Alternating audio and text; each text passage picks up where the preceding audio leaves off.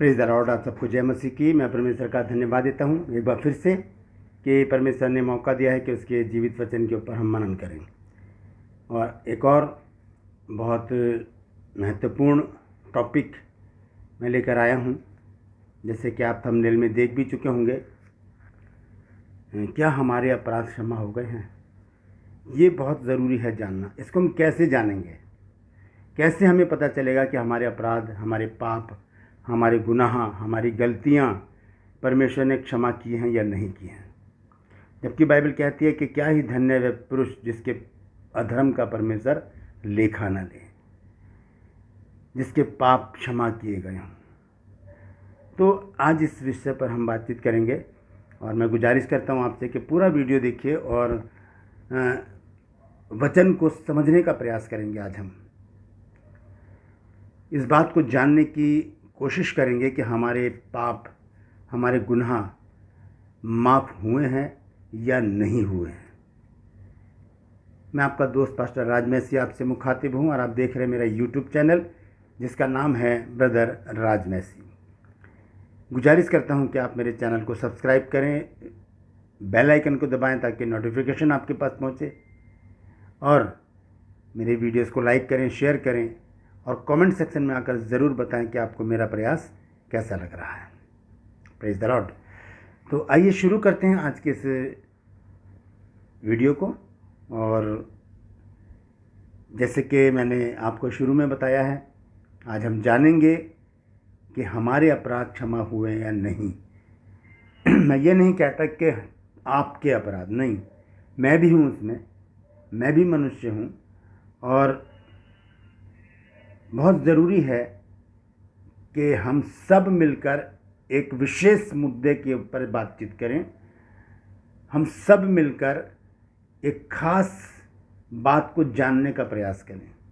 अगर मैं कहूँगा कि आप करो तो वो बात गलत होगी, क्योंकि मैं भी मनुष्य हूँ, मुझसे भी गलतियाँ होती हैं। तो ज़रूरी है कि सबसे पहले मैं अपने आप को जांचूं। Praise the Lord.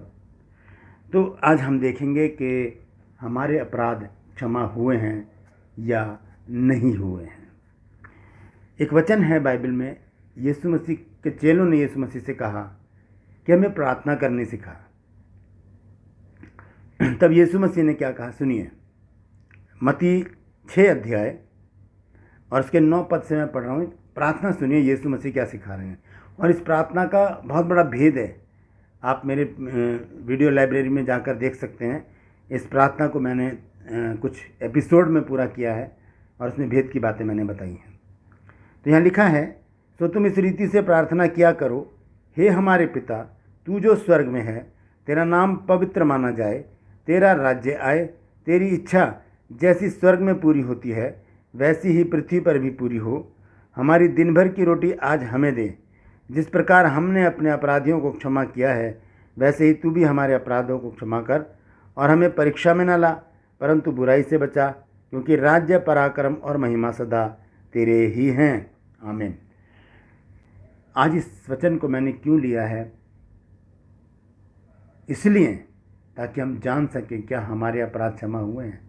यहाँ पर एक वचन लिखा है, यीशु मसीह ने जब ये प्रार्थना सिखाई तो बहुत ही सावधानी से प्रभु यीशु मसीह ने चेलों को एक एक पॉइंट बताया। ये एक प्रार्थना की विधि है, ये पूरी प्रार्थना नहीं है, एक रीति है प्रार्थना की।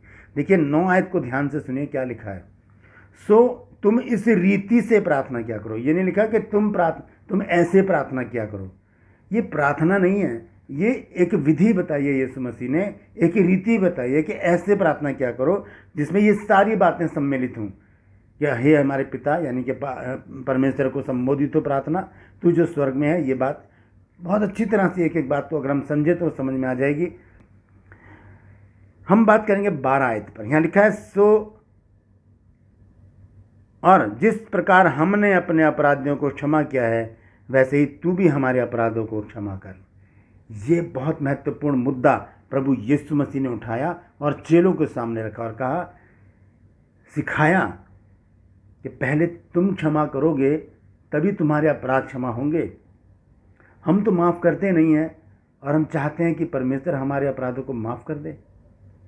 हम माफ़ करना जानते नहीं और सोचते हैं कि हमें माफ़ कर दिया जाए।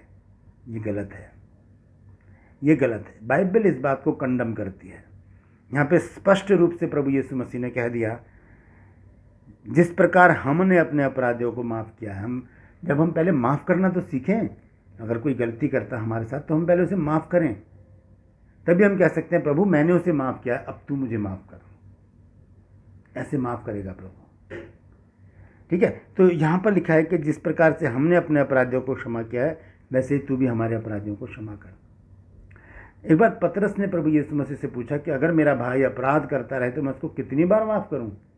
तब यीशु मसीह ने क्या कहा देखते हैं। 18 अध्याय और उसका 21 पद, मत्ती 18 और उसका 21 पद देखिए क्या लिखा है। यहाँ लिखा है, तब पतरस ने पास आकर उससे कहा, हे प्रभु, यदि मेरा भाई अपराध करता रहे तो मैं कितनी बार उसे क्षमा करूं? क्या 7 बार माफ़ करूं उसको? प्रभु यीशु मसीह ने कहा, मैं तुझसे ये नहीं कहता कि 7 बार, वरन 7 बार के 70 गुने तक उसे माफ़ कर। माफ़ करते रहें, करते रहें, करते रहें। जब हम माफ़ करेंगे तभी तो हमारी भी परमेश्वर हमारे पापों को क्षमा करेगा। हम माफ़ कर नहीं रहे और सोचते हैं कि परमेश्वर हमें माफ़ कर दें, ऐसा हो ही नहीं सकता। प्रभु यीशु मसीह ने एक दृष्टांत भी कहा है वचन में कि एक व्यक्ति था जिसको कुछ देना था उधार। जब उसके हाकिम ने उसको छोड़ दिया तो बाहर जाकर उसने जिससे लेना था उसको ऐसे गर्दन से पकड़ लिया और उससे कहा कि तू मेरे पैसे दे। तब उसे पकड़कर बंदी गृह में डाला गया और यीशु मसीह ने कहा कि जब तुम माफ़ नहीं कर रहे तो तुम्हारा कैसे माफ़ किया जाएगा? हो ही नहीं सकता। पहले हमें माफ़ करना पड़ेगा, पहले हमें माफ़ करना सीखना पड़ेगा। आज हम माफ़ करना जानते ही नहीं किसी को। हम सोचते हैं कि हम सही हैं, हम सोचते हैं कि माफ़ करना हमारा काम नहीं है। शुरुआत तो हमसे होगी। तो हम तो माफ़ करते ही नहीं हैं, तो फिर हमारे अपराध कैसे माफ़ हो जाएंगे? बहुत ज़रूरी है, अगर हम चाहते हैं कि परमेश्वर हमारे अपराधों को क्षमा करें, यदि हम चाहते हैं कि परमेश्वर हमारे पापों को क्षमा करें, यदि हम चाहते हैं कि प्रभु हमें माफ़ कर दे, तो सबसे पहले हमें कदम बढ़ाना पड़ेगा, हमें माफ़ करना पड़ेगा। एक वचन और मैं आपके सामने रखना चाहता हूँ, मत्ती की पत्री में से 5 अध्याय में से। ये बहुत महत्वपूर्ण बात है। इसको अगर हम सीख गए, अगर ऐसे ही हम चलना शुरू कर दिया, तो सच में हम प्रभु के राज्य की तैयारी में लगे हैं। देखिए 5 अध्याय है और उसका मैं पढ़ूंगा 21 आयत से, 23 आयत से। यहाँ लिखा है, इसलिए यदि तू अपनी भेंट वेदी पर लाए और वहाँ तू स्मरण करे कि मेरे भाई के मन में मेरी ओर से कुछ विरोध है, तो अपनी भेंट वहीं वेदी पर सामने छोड़ दे और जाकर पहले अपने भाई से मेल मिलाप कर, तब आकर भेंट चढ़ा। सब भेंट व्यर्थ हो जाएगी यदि हम भेंट लेकर आए हैं, हम चर्च में आकर बैठे हैं, वेदी के सामने खड़े हैं और हमारा भाई हमसे रूठा हुआ है, हमारी भाई से हमारे तू मैं हैं, हमारे झगड़े चल रहे हैं, हमारे तफरके चल रहे हैं, हम मनमुटाव में जी रहे हैं, हम दूसरों से बैर रखे हुए हैं, द्वेष रखे हुए हैं। तो ऐसी परिस्थिति में चर्च में आना, परमेश्वर के वचन में भवन में आना, वेदी के सामने खड़ा होना, बाइबल पढ़ना, प्रार्थनाएं करना, ये सब बेकार है। हमें माफ़ करना सीखना चाहिए, क्योंकि जो कहता है कि 7 बार के 70 बार गुनाह माफ़ कर, वो भी हमें माफ़ करता है। एक स्त्री को जब लोगों ने पकड़ लिया पाप में, तो वो यीशु मसीह के पास लाए और कहा कि हमने इसे व्यभिचार करते हुए पकड़ा है। मूसा की व्यवस्था में लिखा है कि ऐसी स्त्री को पथरवा करके मार दिया जाए, तो तू क्या कहता है इसके विषय में? यीशु मसीह ने कहा कि तुम में जो निष्पाप हो वो पहला पत्थर इसको मारे। और वहाँ पर कोई भी नहीं रुका, सब चले गए। वहाँ पर एक व्यक्ति निष्पाप था, उसने भी पत्थर नहीं मारा, और वो था प्रभु यीशु मसीह। उसने भी पत्थर नहीं मारा, बल्कि क्या कहा, जा मैंने तुझे माफ़ कर दिया। Praise the Lord. माफ़ करने का अधिकार यदि प्रभु यीशु मसीह के पास है, वो जब हमें माफ़ करता है तो हमें सिखाता भी है कि हम भी माफ़ करना सीखें। यदि हम माफ़ करना नहीं सीखेंगे तो हम कठोर हैं, हठीले हैं, ढीठ हैं, प्रभु के योग्य नहीं हैं। हम गुनाह में हैं, पाप में हैं, गलतियों में हैं, अपराध में हैं। हम माफ़ करना सीखें, प्रभु हमें माफ़ कर देगा। प्रभु हमारे सारे अपराधों को भूल जाएगा। तो आइए अब देखते हैं वो वचन जो हमें ये बताता है कि हमारे अपराध क्षमा हुए हैं या नहीं हुए। वापस चलते हैं मत्ती 6 अध्याय में और देखेंगे वहाँ पर प्रभु यीशु मसीह ने इस प्रार्थना को सिखाने के बाद चेलों से क्या कहा है। प्रभु यीशु मसीह ने 9 पद से और 13 पद तक प्रार्थना सिखाई है चेलों को, और उसके बाद 14 पद में वो बात बता दी है जिसकी आज हमें ज़रूरत है और जिस वचन के ऊपर ये वीडियो बनाया गया है। सुनिए क्या लिखा है। यीशु मसीह ने अपने चेलों को कहा, इसलिए यदि तुम मनुष्यों के अपराध क्षमा करोगे तो तुम्हारा स्वर्गीय पिता भी तुम्हें क्षमा करेगा, और यदि तुम मनुष्यों के अपराध क्षमा ना करोगे तो तुम्हारा पिता भी तुम्हारे अपराध क्षमा नहीं करेगा। जब तक हम माफ़ नहीं करेंगे हमारे पाप, हमारे अपराध परमेश्वर माफ़ नहीं करेगा। वो पहले ये चाहता है कि हम माफ़ करें, तब जाकर हमारे अपराध, हमारे पाप परमेश्वर माफ़ करेगा। छोटी सी बात है, समझने का फेर है बस।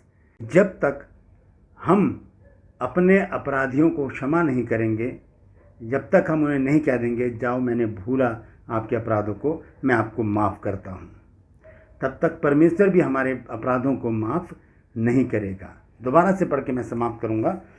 मत्ती 6 अध्याय के 14 आयत में लिखा है, 14 और 15 आयत में, इसलिए यदि तुम मनुष्यों के अपराध क्षमा करोगे तो तुम्हारा स्वर्गीय पिता भी तुम्हें क्षमा करेगा, और यदि तुम मनुष्यों के अपराध क्षमा ना करोगे तो तुम्हारा पिता भी तुम्हारे अपराध क्षमा नहीं करेगा।